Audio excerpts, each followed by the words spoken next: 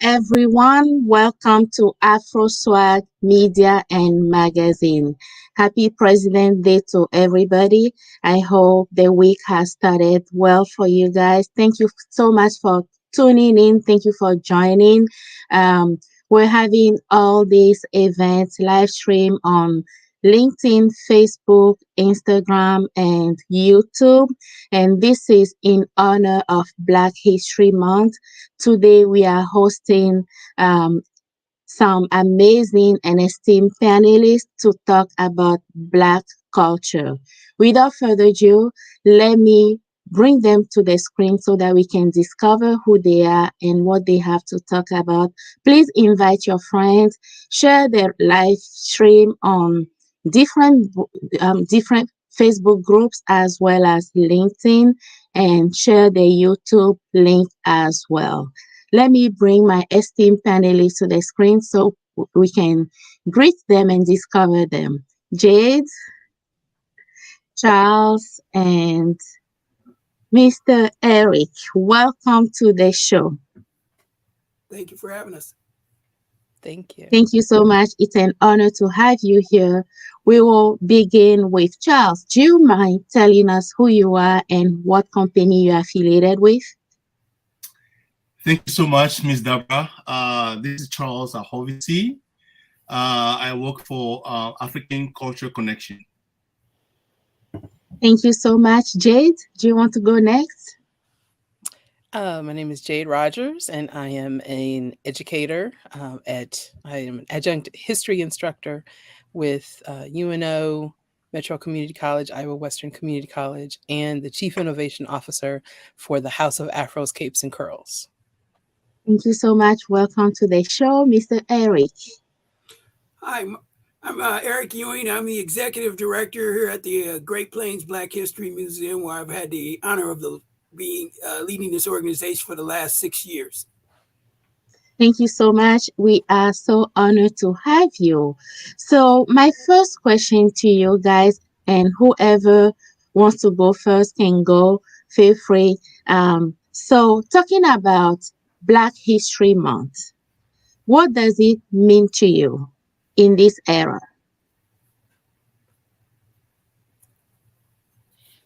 Well, to me, I refer to this month as my holiday season, because it's time frame in which a lot of folks want to learn a little bit more about Black history and events and things that have happened. So it tends to be one of my busiest times of the year, but it's a busyness that I welcome and that I hope is providing folks an opportunity to learn a little bit more about American history told through the lens of African Americans.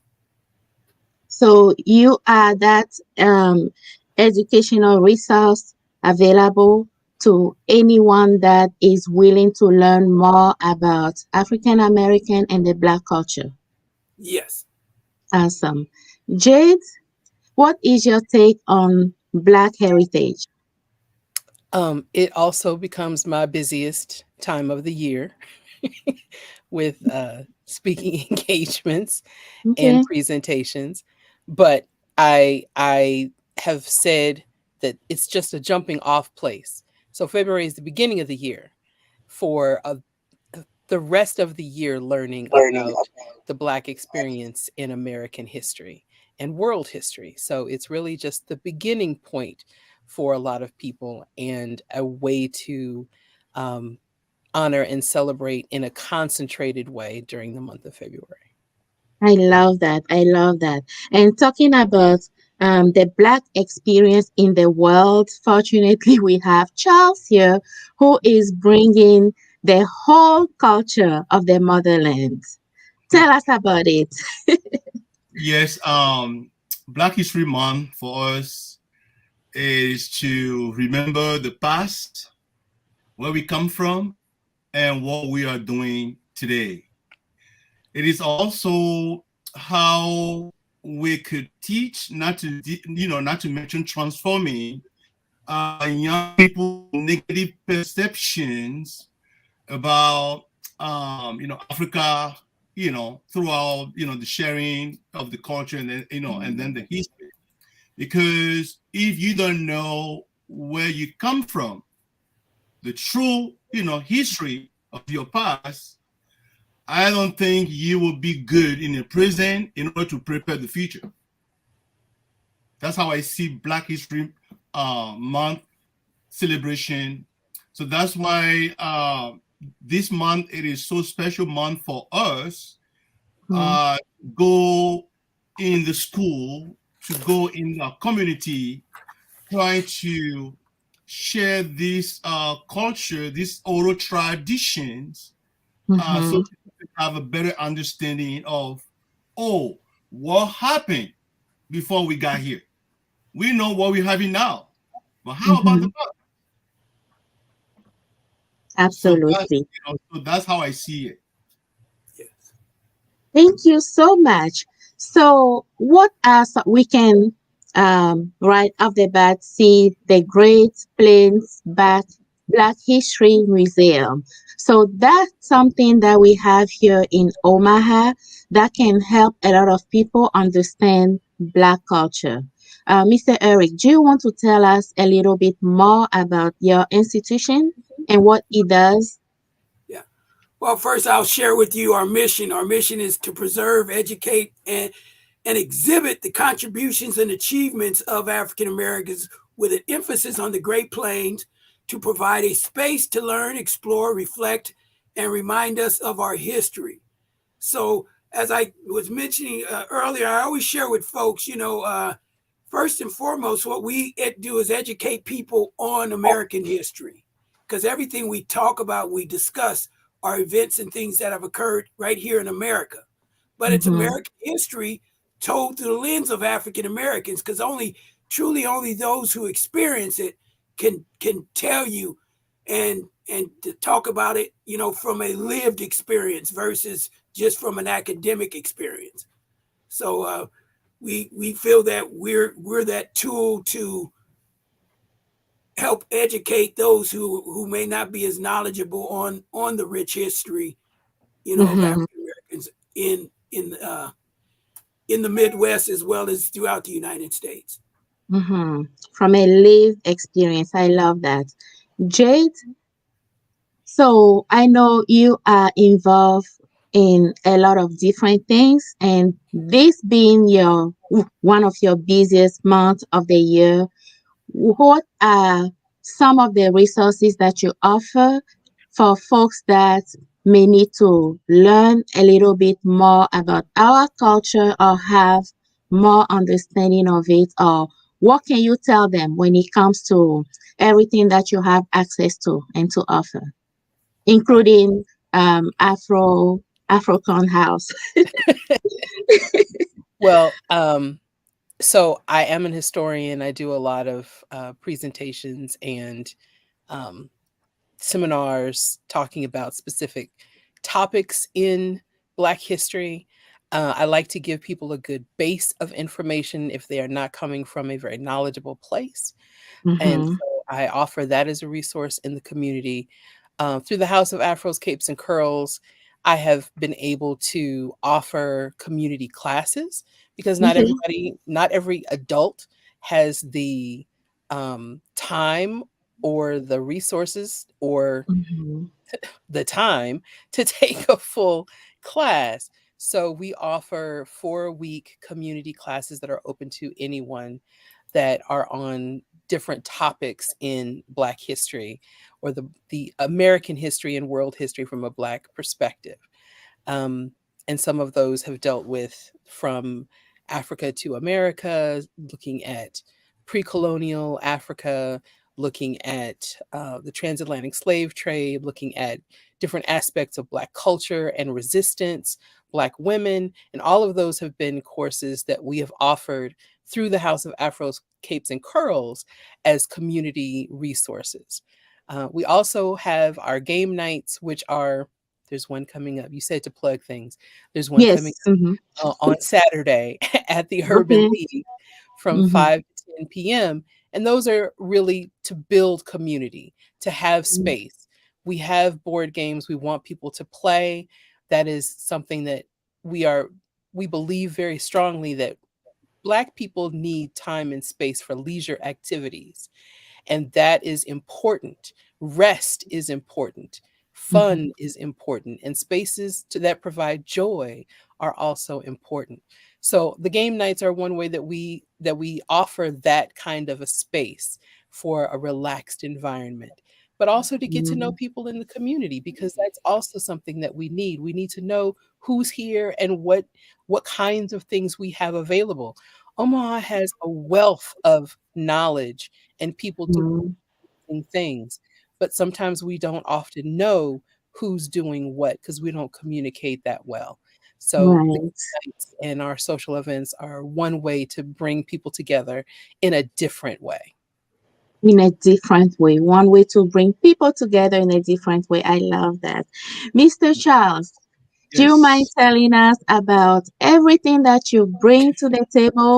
And I would love to hear about African Culture Connection. We love it. So tell us about it. All right. So African Culture Connection is here. First of all, we have our teaching artists and we have a performing artist going to different schools and different after school programming. Trying to do what? Trying to teach our young people about the aspect of life that African ancestors used to have before the colonization.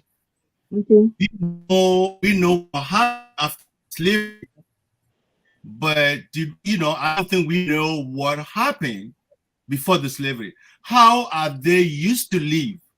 So I can inform you all that every aspect of life in Africa has a dancing, has a drumming, and has all kind of activity before the colonization.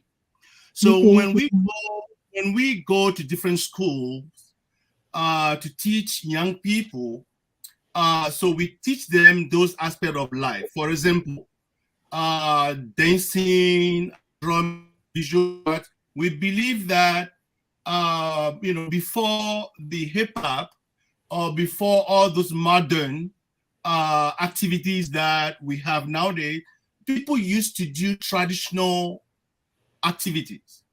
Mm-hmm. So, giving you more examples that people go to the sea after a good fishing, they celebrate. People go hunt after a good hunting, they celebrate. Babies Mm-hmm. coming out. So every aspect of life in Africa has a specific dance, drumming, and visual art before the colonization. So that's Okay. what we teach young people.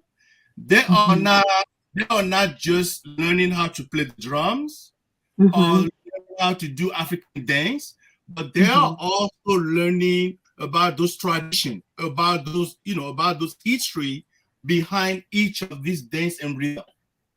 So I feel like it's a good thing that we are doing because this program is needed in our community. Mm-hmm. It's needed. It's needed in our community. That's why we are doing it in the school. That's why we are Mm-hmm. doing it after school. Not just there's a need of global understanding, Mm-hmm. in our community. And you know what? More diverse population we have, not just in Omaha, Nebraska, but the more cultural, education is needed in this country. Okay. Okay. So Wow. um, we feel like our program is very, very important, Mm-hmm. and so that's why we take it to the student, young people. Mm-hmm. Just we cannot change the mind, but we are trying to say, hey, this is what's happening. This is what used to be done, but you Mm-hmm. just be aware of this and move on, because we feel like when there's a Black History Month, we know Mm-hmm. what to teach our young people about Black History Month. We know that. So Mm-hmm. we are just adding into what they are learning, at the school. Wow. So one thing that all of you have in common is the educational piece of it. Why do you believe, in order for change to happen, it starts with education? Anyone can go. Well, I always say education, is a tool to provide freedom. It's a tool to give a person a better understanding of, in some cases, of where they've been, where they're going, and and it gives them, in a sense, especially if you are learning about your history or your culture that otherwise you weren't learning about. It can also help give you a sense of pride. Mm-hmm. Sometimes when we talk about you know African Americans and different cultures and things like that, uh, our media and organizations tend to focus on the negative, Mm-hmm. and they feed that, and our young people, they get that message, and they sometimes start thinking that that's what they are, but not realizing that there's we've done more good as a people than negative. And so I think it provides them an opportunity to gain a little bit of self pride and a little bit of confidence, because now when you're talking about these different people in history in the past, to know in some cases like a Dr. King, our young folks, they learn about him, but they very rarely learn about the fact that he's been to this city not just once but twice. They learn Mm-hmm. about Frederick Douglass, but they don't know the fact that he's been here to this city. They learn about all these individuals, but they learn about them from afar. And Mm-hmm. so it's kind of, they don't get that sense of, wow, these individuals have been on the very same streets in which I walk today. And I think that helps in building that self pride, and helps them realizing that the the good more so than the bad, that sometimes folks, I think, want to kind of stay on and narrate.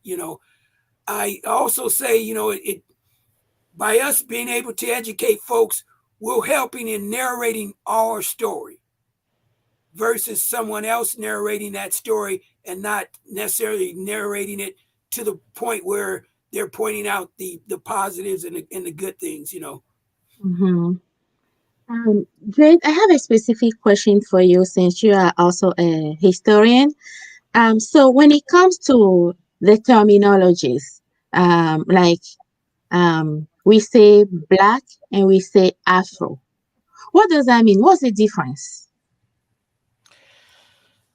Well, I think that in knowing your story and knowing your history, that naming conventions and how we name ourselves has always been very important.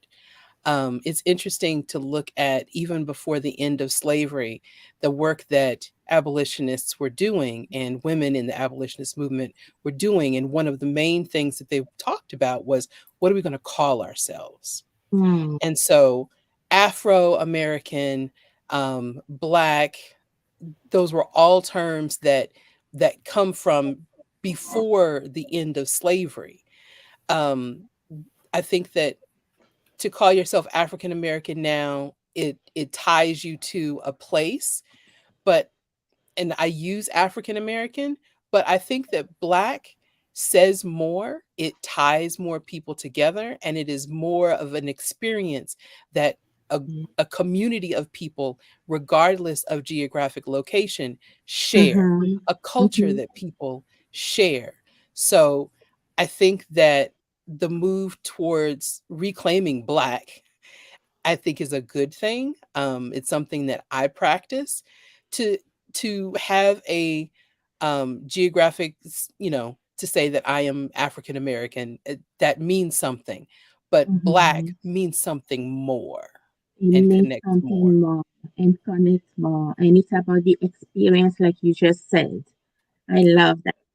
Mr. ACC, Charles Ahovissi. So Yeah. you're wearing this nice, outfit with the hat. Tell me your experience, wearing this in this culture? What have you experienced when people see you with that? What are some of the questions that they ask you? Well, yeah. First, when I first came to this country, I always wear something like this. And then all the time, people are looking at me, who's this guy? Who's this guy? But, I'm proud of myself. I'm proud of dressing up like this because that's one of the way I can share my culture. That's Mm-hmm. one of the way, I can tell them, hey, this is who I am. You know, especially when I go to different schools, to teach young people. I mean, they're so excited to see me dress up like this because I have more to tell you, not just about myself, but about my clothing. Why I wear this. So, the experience was a little bit hard at the very beginning, but Mm-hmm. now, so sometimes, kids don't care about me wearing this. They always know me. I mean, all the Mm-hmm. time. So the experience was just down and up, but I feel happy, so proud of wearing this. I love that. Yeah, because So yes, go ahead. I'm sorry.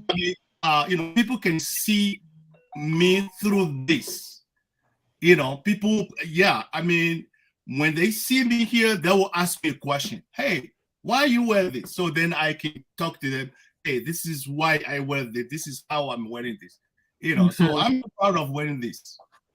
It's an Even it's out. experience and it's a whole continent behind your outfit.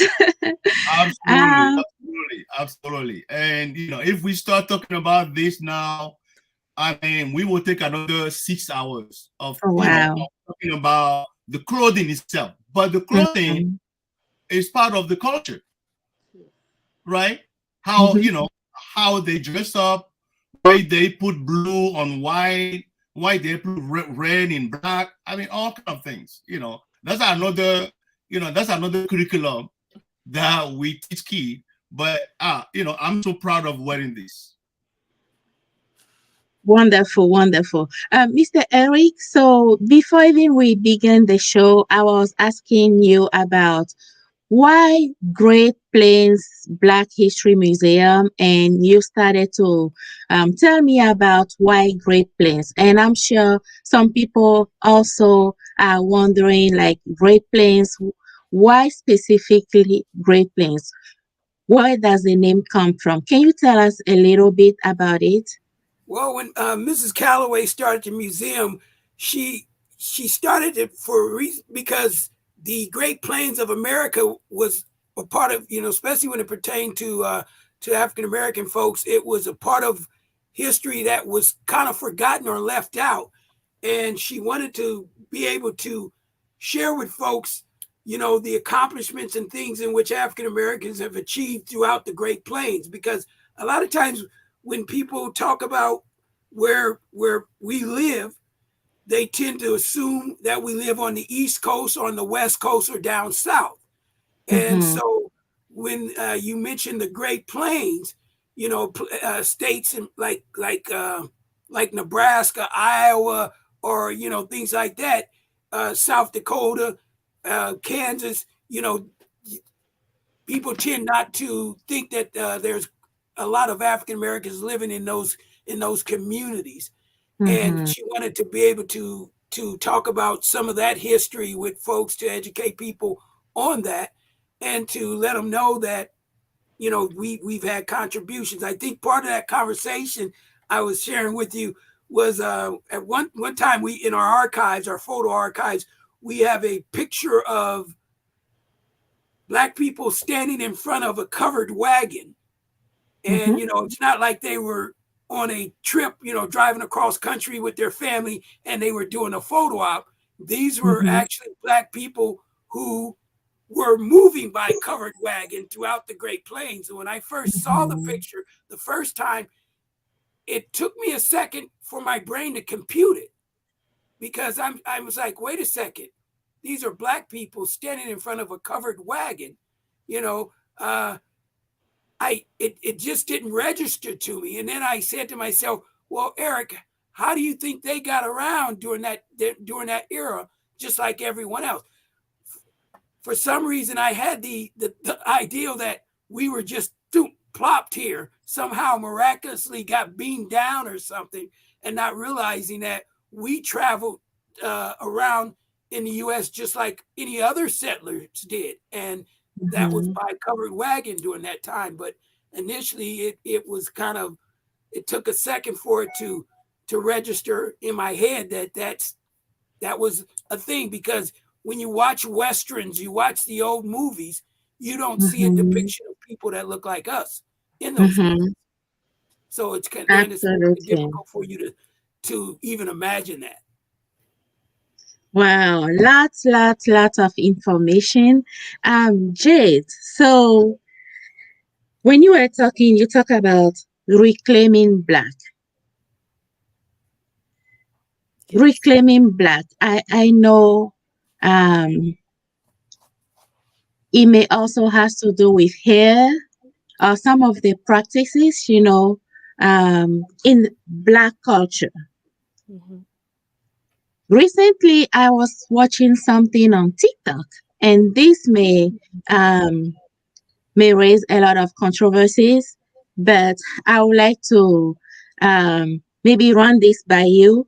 I was watching something on TikTok, and this guy was talking about black music, rap and um, some of the things that, or some of the wording, in rap music and the way people dress. And he was telling us that on that TikTok video, he was saying that um, all this rap music, they don't help black people, because when you start listening to all this from your childhood, then you start behaving and doing things that they say in this type of music. You start dressing like pulling your pants down like men do, and it has a lot of negative things. And when you start listening to this from your childhood, then that's what you become if you don't Hmm.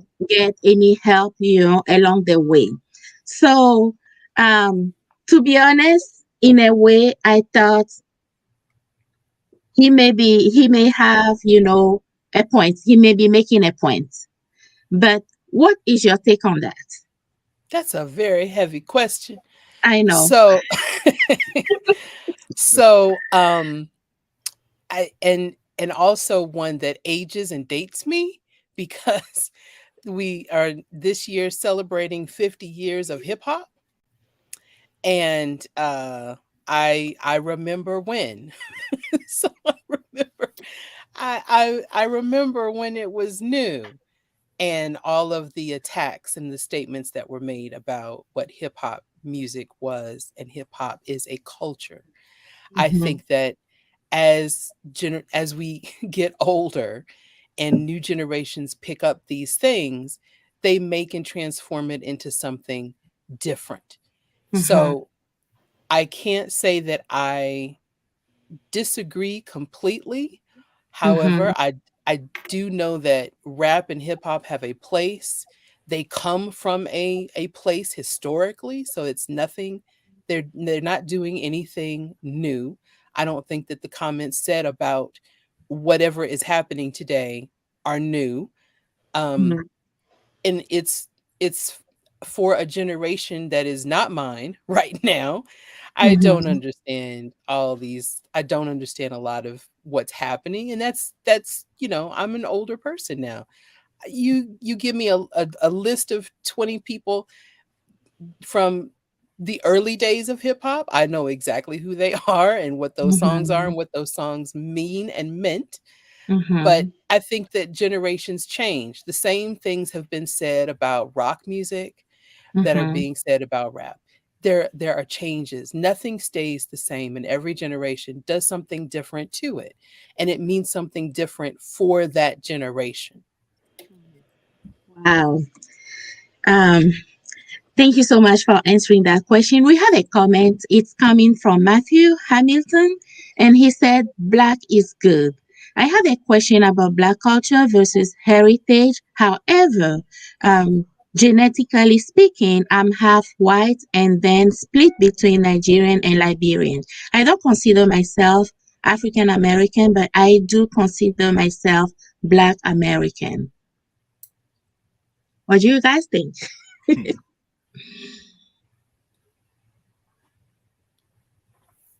So his question is about, yes, go ahead. I'm sorry. Where he was born? Here?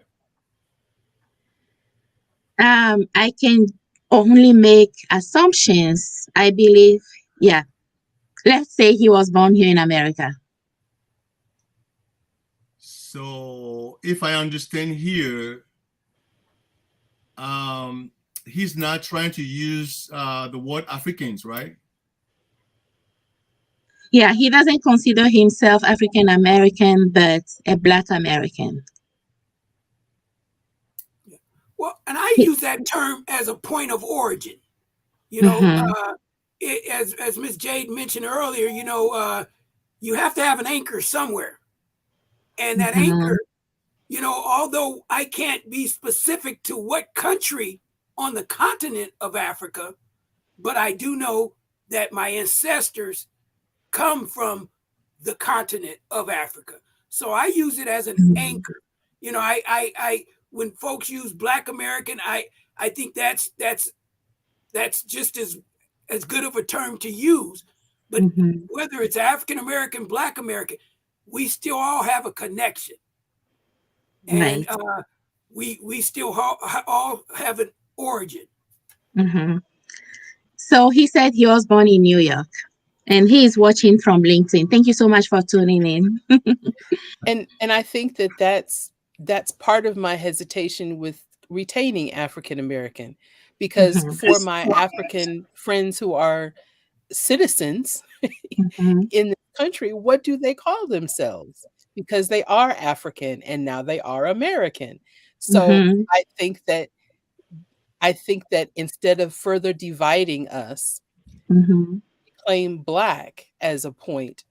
I think that is something that will bridge instead of divide.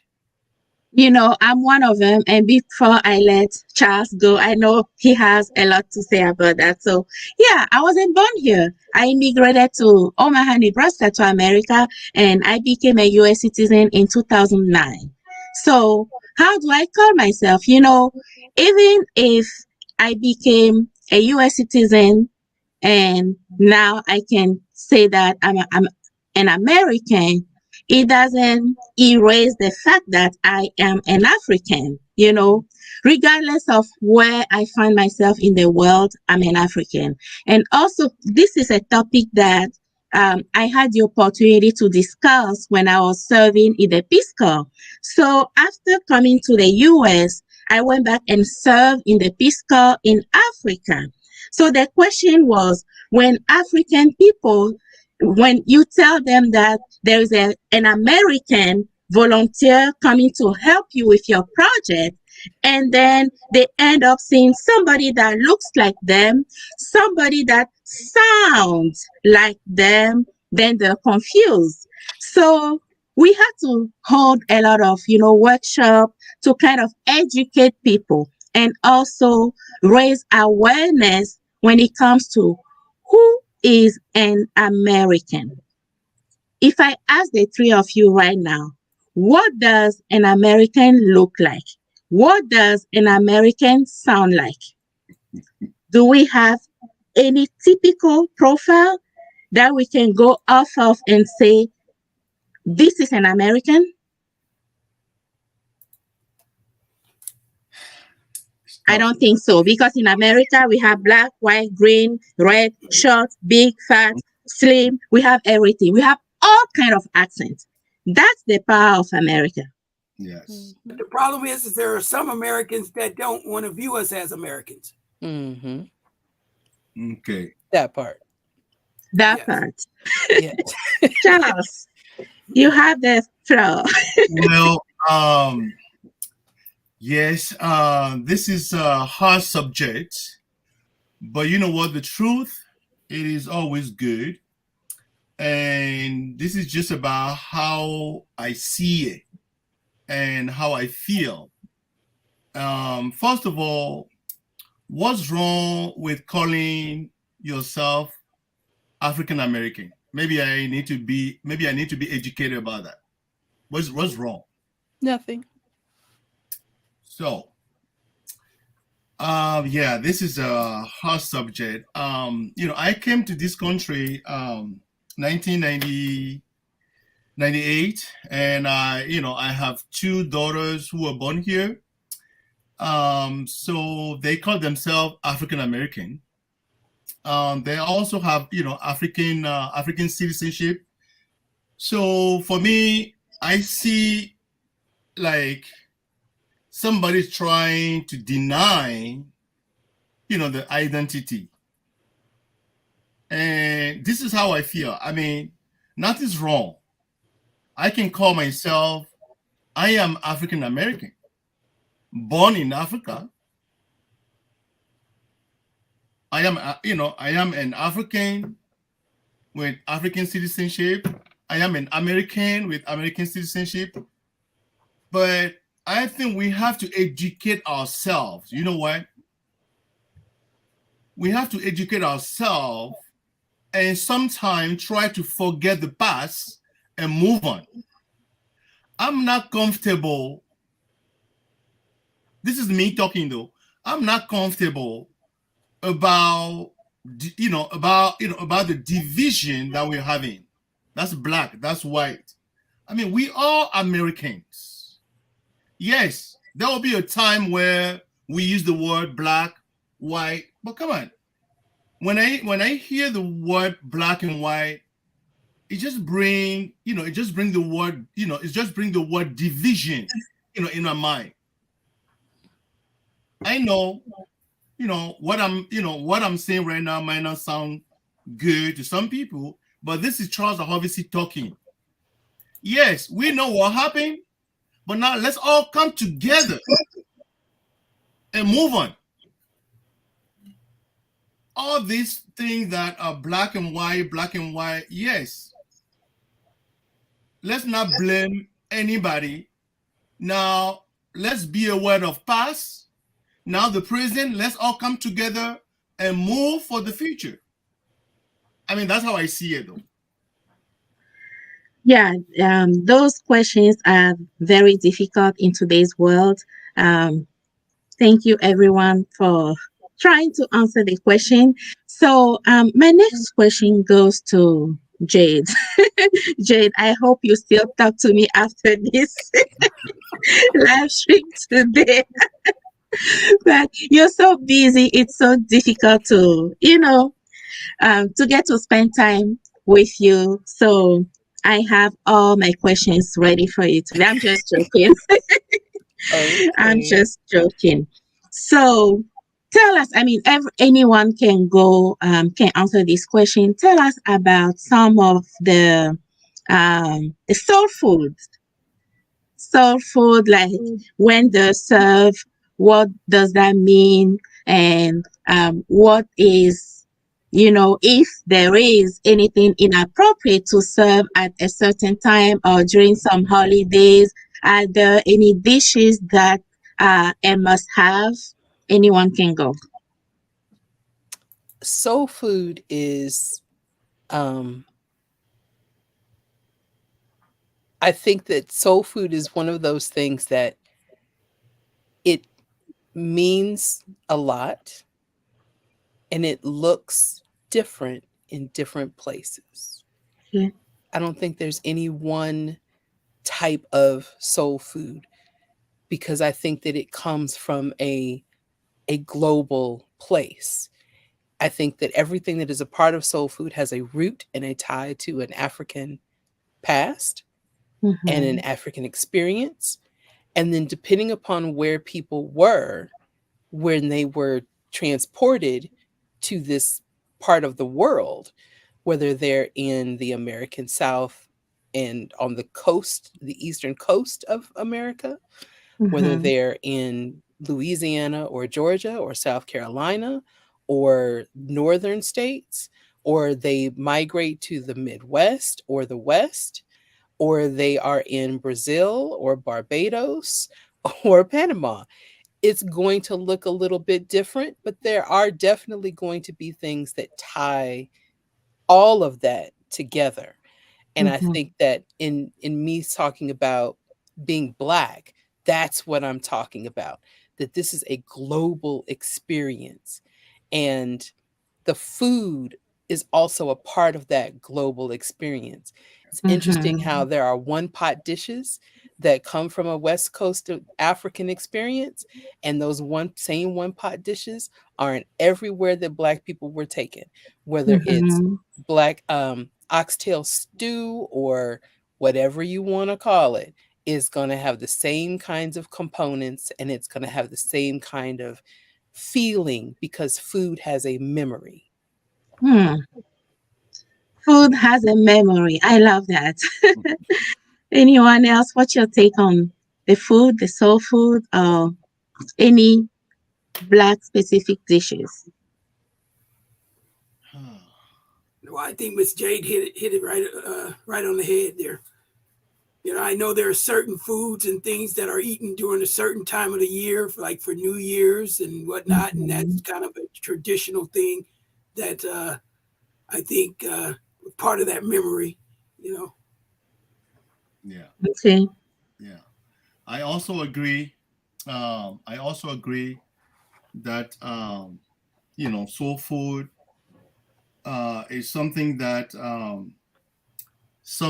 need to be preserved, also also taking care of that all the time, because if we talk about what is going on now in our society, what we Mm-hmm. eat what we eat is who we are. And if I understand correctly, there are special type of food that when you eat, so you kind of feel good.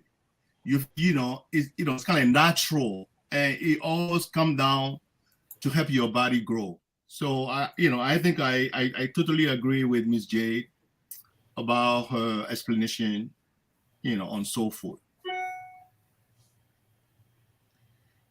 Wow. Okay. So let's get back to this question right here for a minute from Matthew.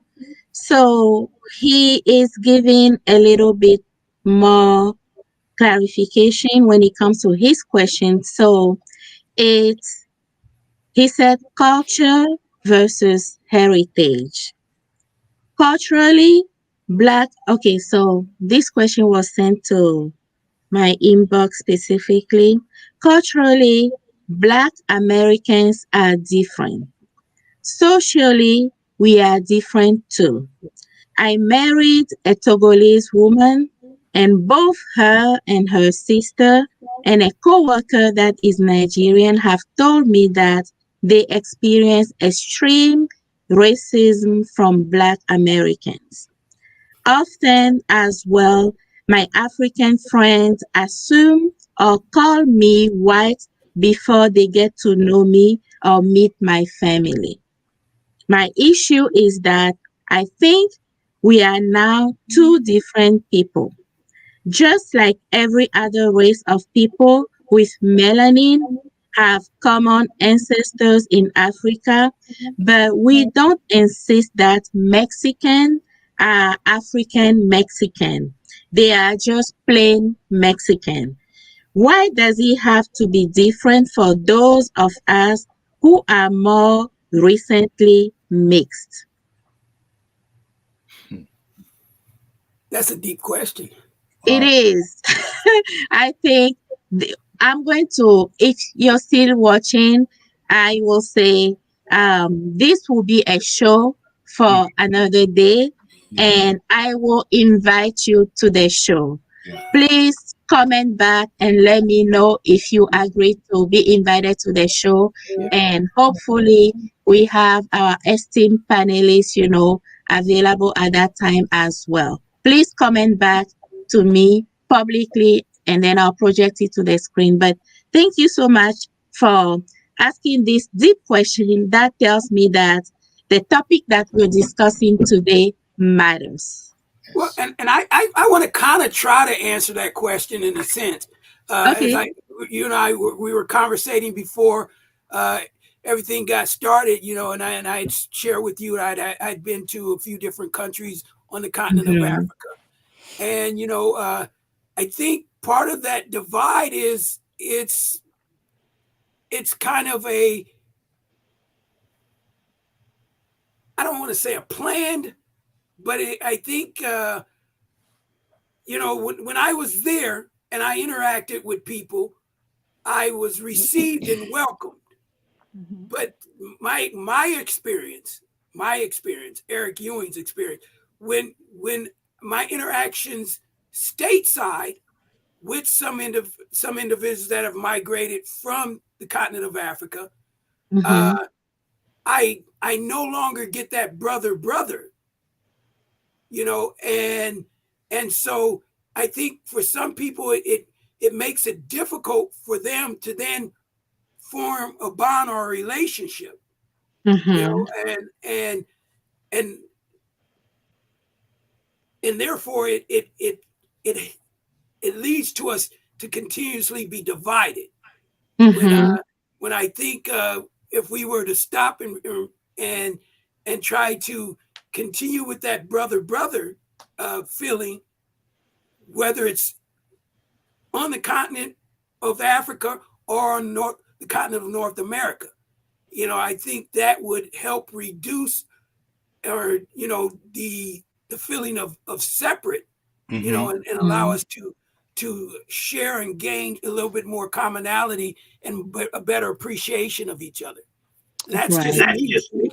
Mm-hmm. I can say something. Mm-hmm. So in one of my courses that I was teaching, it was a very unique class. It was a history course that I was teaching at the community college. That wasn't the unique part. The makeup of the class was unique. Half of my students were of African descent from different countries. Mm-hmm. The other half were all of African descent from America. So I'd never had a class with that particular kind of makeup. And it led to some fascinating conversations. One particular conversation that we had when people felt comfortable talking and sharing with each other, we had a really open dialogue with the African students that had come in. And some of them had been here for many years and some were recently there. And they all shared their experience about the things that they were told about Black people in America. Mm-hmm. And then the African American students that were born here told the things that they had heard about Africa and the things that they had Mm-hmm. heard about African peoples. Mm-hmm. Mm-hmm. And once they started sharing those things, I just kind of stood back and Mm-hmm. said, you've all been told things. Mm-hmm. Hmm. What is the benefit in keeping people divided? Yes. And Mm-hmm. what happens when you all know the truth? Mm-hmm. S- Mm-hmm. That's all I got to say. Yeah. Wow. Uh, Charles? you know, yeah, that's another deep subject that the only thing that I just want to say is that for the African people born in Africa who came to America, we just need to have a self-control, not to let this society change us.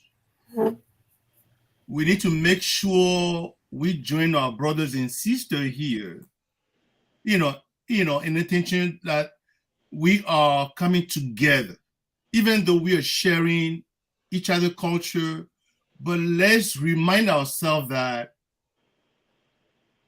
we have to have a self-control in the division aspect. Yes, we need to control ourselves. So this is this is something that if you don't control yourself, you will change right away. Right away. Because just to give an example of some of these African refugee, that were brought down here, sometimes they let go and no self-control, and then they start doing what they don't do in Africa. So if you don't have self-control, this society will change you, will transform you, and then you will become something. So this is just a call for us Africans who came to America. Let's just have the sense of togetherness, sense of building together. I mean, that's how, that's what I have to say, in this subject. Self-control. Wow. We have about 9 minutes left before we part ways. Anything anyone wants to talk about, especially your upcoming events? Tell us about them. Well, of course, we are a nonprofit. We're open to the public, free of charge. Our goal is to include, not to exclude, so we don't charge a price for admission. But we do have memberships in which people can purchase, which will help in creating additional exhibits and help the museum grow. During the month of February, we do our membership drive. Memberships can be purchased for a student or senior citizen for $10, single membership for $20, $40 for a family membership, business membership or sponsorship for $100, and a lifetime membership for $500. This year, we will have our first Smithsonian exhibit, and we'll have that in December. And the exhibit is called Voices of Votes, Democracy in America. So that's one of the big highlighted exhibits that we have. Also, we have currently a 9-month exhibit on display called The Divine Nine, which focuses on the 9 African-American fraternities and sororities. Each month, although the exhibit stays up, but each month the institution change. We started with a fraternity. Next month, we have a sorority, then fraternity and sorority, all the way up until October of this year. And also, again, we have an exhibit called African American History Through Street Signs. How many times have you gone past a street sign, you know it's named after someone, but you have no idea who it is? So what we've done was we got all the information from the city of streets here in Omaha that have been named after African Americans. And during the warm time of the year, we have them on a post, as if it was a street pole. And it's mobile, and we have displayed 8 individuals on each pole with the street and the reason they got the street named after them. In the spring and summer, we also hold what is called scavenger hunts, where folks can go out to come into the museum. We'll give them a list of where those streets are located. And on the pole where the sign is located, you'll find a QR code. The QR code, you capture that, and then it shows you the picture of the person, their bio, and why they got the street named after them. If you complete the whole scavenger hunt, we then give you out some type of prize, either a book or ball cap or a T-shirt or something for completing the scavenger hunt. So those are just some of the exhibits that we have on display this year, and hopefully folks can come into the museum. As I said, we're free to the public. We're open Thursdays, Fridays, and Saturdays from 1 to 5, by appointments preferably. And I'm going to put in the chat our webpage where you can go to register for a tour. I really appreciate that. Thank you so much. Jade, you haven't told us about AfroCon. Okay, so the House of Afros, Capes, and Curls. We have a game night coming up this Saturday at the Urban League from 5 to 10 p.m. and that is free and open to the public. We do take donations. There will be snacks and lots of board games. If you don't know any of the board games that we're going to have, we have people that will show you how to play those games. And we'll have a huge variety of games available. Our 2 signature events are our Juneteenth event, which will be June 10th at right now. Well, I'll just say that it's June 10th, and it is our steampunk tea party where we celebrate Black Victorian excellence. Yes, people come dressed up. We also have a book that is going to be ready for print in the next couple of weeks here. It'll be available, a hardcover, um, large coffee table book of photographs of people that were at the first ever steampunk event last year. People came and they dressed in steampunk attire or Victorian clothing. And we had photographers that were there, artists created backgrounds, and we have beautiful portraits of people from around the community in that book. So that's the Steampunk Tea Party. Now, AfroCon is in October, the first Mm-hmm. weekend, Indigenous Peoples Weekend in October. Mm-hmm. And it is a day-long Comic-Con focused on the experiences of Black people and all the things that we like and love. So if you love anime, if you love Marvel or DC, if you love Game of Thrones, or you like gaming or board games, all of those things are things that we talk about, we celebrate, we do at AfroCon. We have lots of vendors that come out and sell their wares. People have experiences. The Luminarium was there last year. We hope to have them back again this year with large spaces in the middle of the vendor space so people can do all sorts of different things and have lots of different activities, Mm-hmm. conversation, workshops, and vendors, food trucks. It's all there all day. AfroCon. Wow, thank you. If you have a website also or a phone number and email, please send it to me. I'll project it also to the screen. What we have Okay. showing right now is the website to the Great Plain Black History Museum, where you can go and find all the activities that they have and everything they have going on. Charles. Yes. All right. So we have an event. This is our annual event that we have. This is another way we reach out to the community members beside the kids, at different schools. This Mm-hmm. event is coming on May 13, Saturday, May 13, at the Warriors Theater at the West Side High School. Okay. We have local artists and international artists. So Mm-hmm.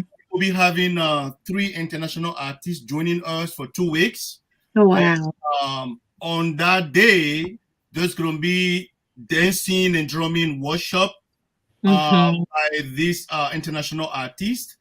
We are hoping to have at least 50 kids to be part of this workshop Mm-hmm. during the day on that Saturday, May 13th. And then on the same day, 5:30, we're going to have African food. And from 6:30, we're going to have 1.5 hour show. Again, this is a way that we use to reach out to community member and let them Mm-hmm. know that, hey, this is Africa. This is who we are. For more information, you could go to africancultureconnection.org to purchase your ticket and get more information. So I just want to say thank you to Ms. Deborah Afro Swag for having us. This is a great opportunity, and I cannot wait to come back again. Thank you so much. So what we have showing right now is afroscapepearls.com, and for all upcoming events that Jade had talked about, you can go there and find them. And now I'm going to project africancultureconnection.org, and that's where you can go to find all the information that Charles had talked about and purchase the different tickets.